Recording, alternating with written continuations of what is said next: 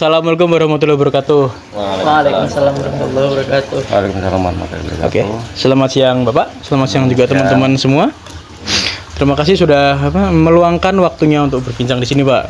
Jadi itu kehadiran kita ke sini itu tujuannya karena tugas. Jadi kita ada tugas tentang mata kuliah bisnis dan kita ditugaskan untuk kayak hadir ke sebuah perusahaan gitu untuk bertanya tentang latar belakangnya atau mungkin divisi-divisinya kayak gimana gitu, Pak.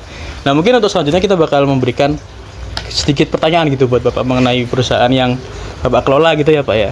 Tapi mungkin sebelumnya izinkan kami perkenalan diri dulu. Nama saya Nandari Syafrizal. Teman saya. Enggak. Saya Angelia, saya Cindy. Saya Raihan. Dan kita semua dari Universitas Negeri Semarang. Jurusan apa, Mas? Jurusan Sastra Inggris. Ya. Dan biar biar nggak selek, mungkin nama Bapak bisa. Oke, terima kasih atas kehadiran teman-teman semuanya ya. Ya, terima kasih. Bismillah, semoga semuanya bisa belajar ya. Amin, kan? amin. Bisa belajar untuk memenuhi tugas ya. Betul.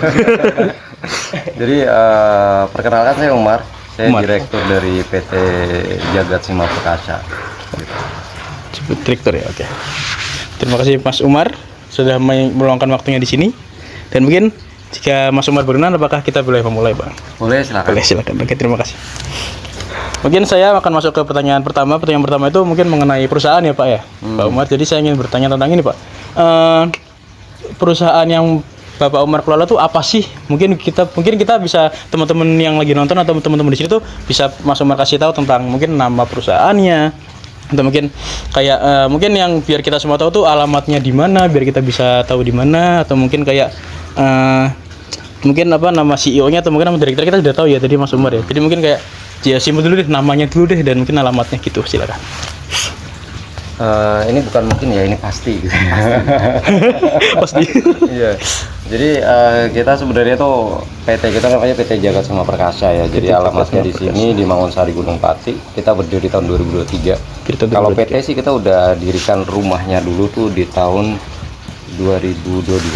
Terus kita bener-bener running untuk pelayanan pariwisata. Jadi kita memang bergerak di penyewaan armada pariwisata. Sementara ini kita bergerak di sana untuk perizinannya. Oke. Kita benar-benar running untuk pelayanan tuh di tahun 2023 ya.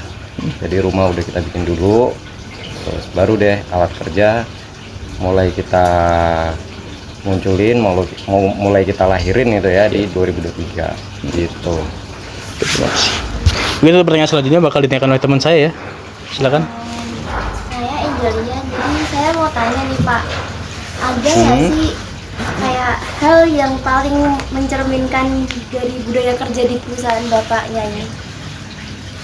Kalau budaya kerja kita itu ya di Sima Perkasa kita itu ada 3 pilar. Jadi ibaratnya kalau di kampus tuh ada Tridharma gitu kan. Nah, kita tuh kita juga tuh ada istilahnya 3 pilar perusahaan kita itu terdiri dari safety first, kemudian service excellent, sama passenger comfort. Jadi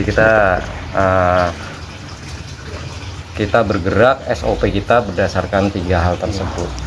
Itu yang kita kencengin. Oke, siap. Terima kasih. Terus kalau di sini apa ada program khusus gitu Pak buat ningkatin semangat kerja tim? Kan kalau kata orang kan budaya kerja yang baik adalah cerminan dari karyawan yang kompak.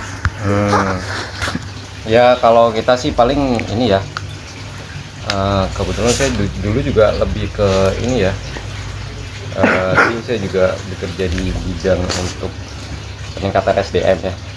Jadi ya peningkatan SDM tetap kita kasih terus ke teman-teman ya, sambil intermezzo ya. Jadi per bulan kita meeting rutin, habis itu kita bikin challenge. Kalau lihat konten kita di IG TikTok tuh sering tuh kita bikin challenge buat kru, kita bikin event gitu ya Pak? Ya challenge ringan lah buat istilahnya buat penyegar mereka ya, biar nggak boring gitu kan. Itu ada sih kayak gitu tuh sering kita coba prepare terus kita bikin. Oke, terima kasih Pak untuk jawabannya. Dan mungkin selanjutnya pertanyaan akan disampaikan oleh teman yang di sebelah sini. Iya. Nah, ini saya mau tanya Pak. Siapa tadi namanya? Raihan. Raihan. Oh ya. Ini kan bidangnya di pariwisata ya. Ini tuh ada travel juga nggak sih? Gini mas, jadi kalau untuk perizinan di kementerian ya, kalau dalam sebuah perusahaan itu ada namanya angkutan penumpang non trayek sama penumpang trayek. Iya. Jadi kalau kita sementara angkutan penumpang non trayek, jadi kita full di penyewaan armada wisata. Oke. Kalau nanti mau angkutan penumpang trayek baru nanti ada akap, ada travel yang semuanya bertrayek. Jadi memang superizinannya itu udah beda. Iya. Oke. Ini buat knowledge teman-teman semua juga sih. Oke. Sebelumnya saya mau tanya, penumpang non trayek sama penumpang trayek itu apa? Bedanya tuh Ya bedanya apa Pak? Kalau trayek itu kan perizinan trayek itu kan dari kota A ke kota B, dari daerah A ke daerah B ya, akap gitu kan. Antar kota, antar provinsi gitu kan. Itu kan ada bis Jakarta atau bis jurusan mana, itu namanya trayek. Travel pun juga trayek karena dia mengantarkan dari sini ke sini. Kalau yang non trayek itu ya kayak pariwisata, dia nggak punya tujuan, disewa kemana aja, ayo gitu kan. Nah itu non trayek, perizinannya beda. Jadi misalkan ada bis jurusan Jakarta dipakai wisata, nggak boleh. Bis pariwisata dipakai buat jadi trayek nggak boleh, kecuali kasuistis kayak arus mudik, arus balik, kayak itu beda cerita. Oke. Terus kalau boleh tahu nih Pak, Boleh? boleh ya udah. Udah tahu kan? Belum. Kata-katanya udah. Apa visi misi perusahaan ini? Visi misi ya, jadi sebenarnya visi misi kita itu banyak, tapi intinya di perusahaan itu yang pertama kita memberdayakan potensi lokal dulu, habis itu kita baru meningkatkan SDM, dan intinya berkah buat semuanya. Luar biasa. Oh ya. Jadi intinya berkah buat semuanya, buat penumpang, buat ini. Kalau nanti saya jelas lebih detail nanti terlalu lama. Ada kata berkah itu tuh banyak di tempat kita. Alhamdulillah. Makanya sesuai tagline kita, dolan memberkahi. Iya, dalam kita udah lihat itu. Oke, terus kan ini udah berdiri lumayan lama ya hitungannya. Belum lama. 2023 tuh masih kecil. 2 tahun. 2 tahun. Iya, 2 tahun tuh kalau kita bayangin tuh anak umur 2 tahun tuh bisa apa kalau kita mau bikin sesuatu tuh. Oh itu juga ya. Iya, jadi kalau mau bikin sesuatu tuh biasa kayak gitu. Mau diriin perusahaan sendiri mau apa, 2 tahun ternyata baru bisa belajar jalan. Umur 1 tahun masih ngompol, ya kayak gitu-gitulah. Jadi perusahaan tuh pasti, atau apa aja yang kita diriin tuh pasti masih belepotan, ya wajar lah kita masih merangkak. Kalau udah 10 tahun masih ngompol berarti ya kebangetan. Nanti kayak gitu. berarti termasuk perusahaan startup ya Pak? Ya, Karena analoginya keliru tadi. Jadi enggak keliru, samain persepsi aja. samain persepsi kita. Perusahaan yang baru 2 tahun ini pasti kan ada tantangannya sendiri kan Pak? Pasti. Karena kayak analogi kita, anak 2 tahun tuh baru bisa apa sih gitu loh. Baru bisa jalan, baru bisa masih ngompol gitu. Nah, boleh nggak Pak ceritain tantangan-tantangan dari perusahaan ini? Singkat aja ya. Singkat aja. Kalau tantangan tuh banyak ya. Setiap perusahaan tuh pasti punya tantangan, apalagi perusahaan baru gitu kan, perusahaan rilisan gitu ya. Jadi tantangan di SDM tuh pasti, karena kita punya 3 tadi yang safety first dan lain-lain, itu semua kita kencengin ke sana, training dan semuanya itu kita kencengin, evaluasi itu harus kenceng juga. Sama kita banyak belajar. Ya, tantangan itu akan tereduksi kalau kita banyak belajar, udah ini itu. Banyak belajar, belajar nggak harus ini sih, belajar nggak harus idealis, belajar bisa copas deh, nggak masalah gitu loh. Yang lain di sana bagus, why not, kenapa kita nggak laksanain juga di sini? Yang lain di sana bagus, berarti kita lebih bagus, ya gitu.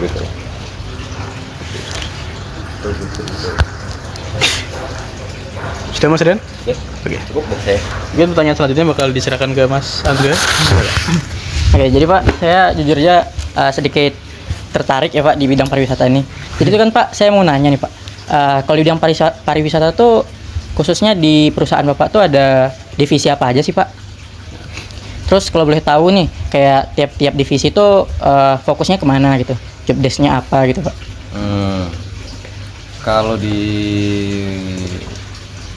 di wisata, kalau kita kan hanya pure profesional di bidang penyewaan armada. Iya.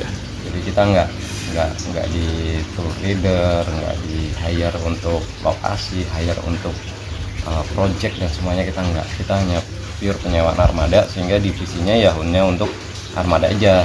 Jadi ada beberapa divisi yang nanti ada divisi teknisi gitu kan, dia yang berhubungan dengan mesin dan semuanya, ya. itu ada divisi bagian umum, itu kita ada, dia nanti yang menguasai untuk helper itu yang tim cuci, bersih salon mobil dan semuanya itu ada. Itu di bawahnya divisi umum.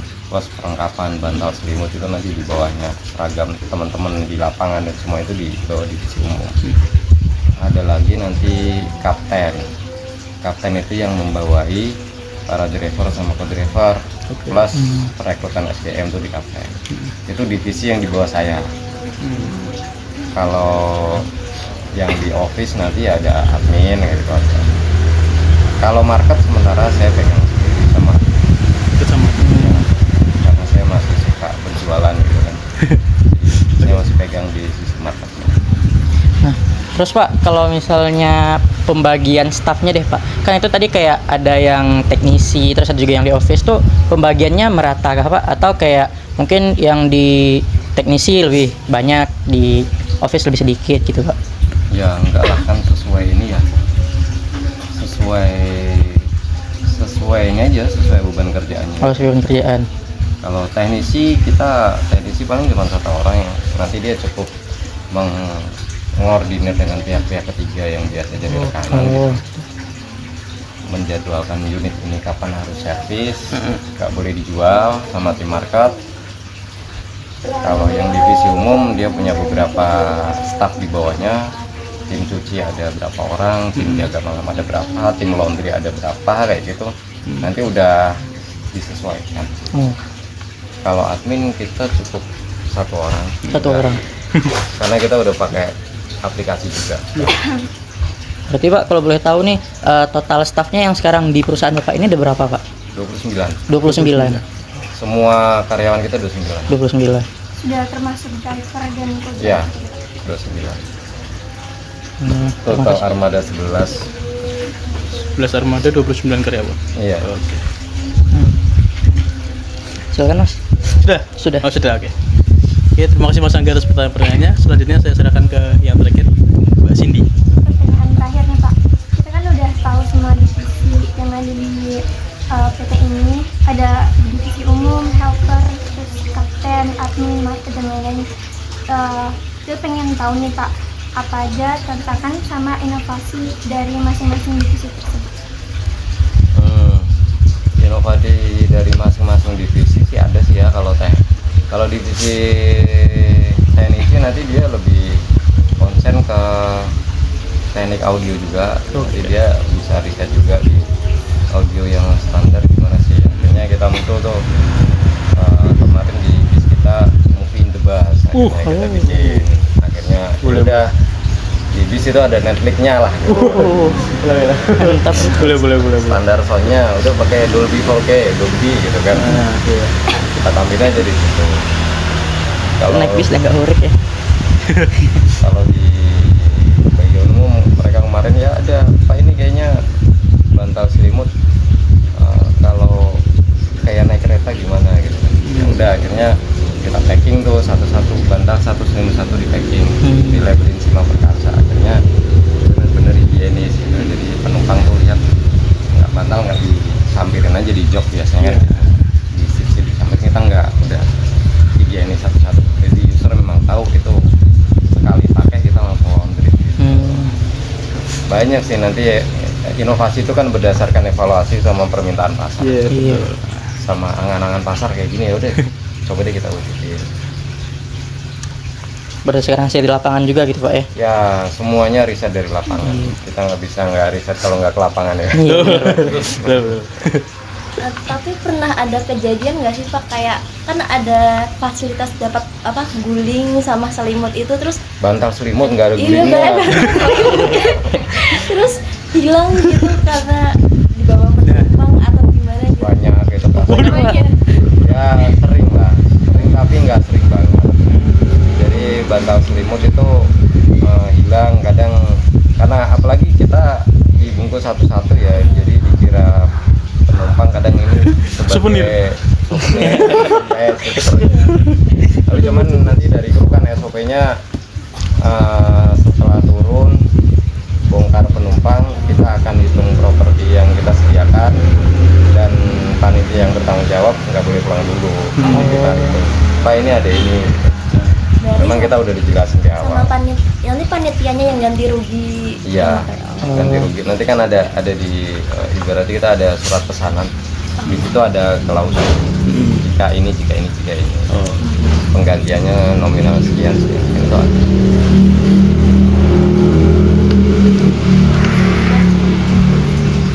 Oke, terima kasih buat Mbak Cindy atas pertanyaannya. Mungkin pertanyaan penutup akan saya tanya saja ya Pak ya. Mungkin menurut Pak Umar, harapan kedepannya untuk perusahaan ini itu ingin menjadi seperti apa Pak? Harapan kedepannya sih perusahaan ini lancar ya, bisa Amin. lancar memberikan. Kalau kita sih nggak mulu-mulu kita harus jadi gede banget, enggak. Tapi harapannya kita sih kalau kita tanamkan ke teman-teman, bagaimana kita membuat selalu tersenyum customer kita. Luar biasa. Itu aja. Luar biasa. Itu yang paling susah gitu. Paling susah. Tantangan itu. Ketika mereka turun, terima kasih Pak, kami puas dan semuanya no complaint. Nah itu yang memang kita harus tingkatkan terus. Oh gitu. Terus tetap kepuasan pelanggan nomor satu. Nomor satu. Nomor satu kita safety. Oh, safety. Iya. Oh safety. Makanya bener. tiga pilar tuh kita safety, baru yang kedua service excellence. Servisnya, kepuasan deh. Nggak bisa itu kepuasan nomor satu. Satu nggak bisa. Bersamaan dulu. Keamanan. Oke, sepertinya pertanyaannya cukup sampai sini. Mungkin sebelum saya tutup, ada teman-teman dari sini yang masih mau bertanya nggak? Ada yang masih mau? Sudah cukup? Sudah cukup. Oke, terima kasih atas waktunya Mas Umar. Semoga ya terima kasih banyak karena sudah meluangkan waktunya, sudah membantu teman-teman di sini mengerjakan tugasnya juga gitu. Dan kita harapkan juga selalu yang terbaik buat perusahaan ini, buat Mas Umar juga. Dan udah, terima kasih ya Pak. Assalamualaikum warahmatullahi wabarakatuh. Waalaikumsalam.